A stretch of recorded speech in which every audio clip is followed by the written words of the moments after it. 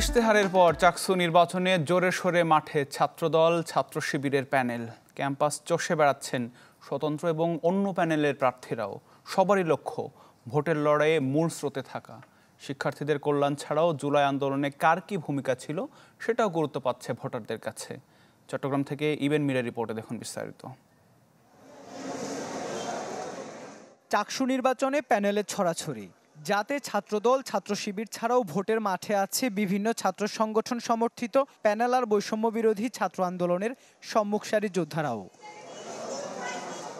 বিরামহীন প্রচারণায় ছাত্রদলের প্রার্থীরা শিক্ষার্থীদের সমস্যা সমাধানের নানা প্রতিশ্রুতি যেমন তুলে ধরছেন, তেমনি সামনে আনছেন গেল ১৭ বছর ক্যাম্পাসে নিজেদের দমন-পীড়নের শিকার হওয়ার কথাও।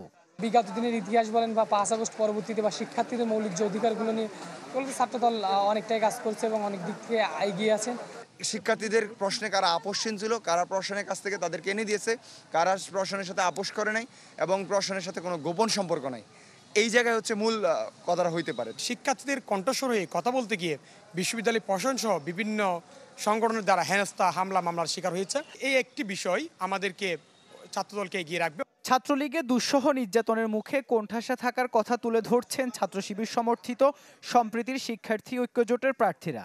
তারাও বলছেন শিক্ষার্থীদের অধিকারের প্রশ্নে আপোষহীন থাকার কথা।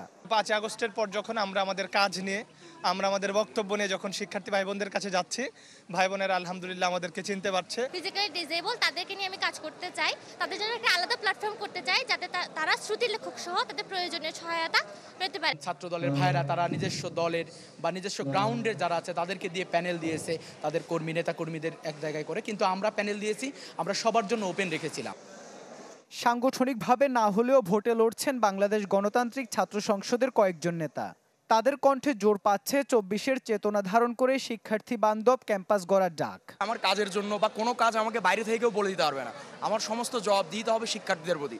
শিক্ষার্থী বান্ধব রাজনৈতিক উপস্থাপনের মাধ্যমে হচ্ছে আমাদের জুলাইয়ের প্রেরণা উত্থাপিত হবে। আমি চেষ্টা করছি ২৮,০০০ শিক্ষার্থী যে প্ল্যাটফর্মটাকে ওন করতে পারবে এমন একটা প্ল্যাটফর্ম তৈরি করার। তবে এত সব প্রতিশ্রুতি আর নানামুখী প্রচারণার মাঝে পছন্দের প্রার্থীকে বেছে নিতে যোগ্যতাকে বেশি প্রাধান্য দিতে চান ভোটাররা। প্রত্যেকটা পার্সনের কম্পারিজন করে ট্রাই করতেছি যে ওনারা হচ্ছে পার্সোনালি কেমন। শিক্ষার্থী বান্ধব হবে, যে শিক্ষার্থীদের সমস্যাগুলো সমাধানে বেশি যোগ্য মনে হবে তাকে ভোট দিব। যারা ছাত্রদের জন্য কাজ করার প্রতিশ্রুতি দিচ্ছে এবং ছাত্রদের জন্য জুলাই আন্দোলনের পরবর্তীতে কাজ করছে, তারাও সেখানে ম্যান্ডেট পাবে। ১৫ অক্টোবরের নির্বাচনে মোট প্রার্থী ৯০৭ জন।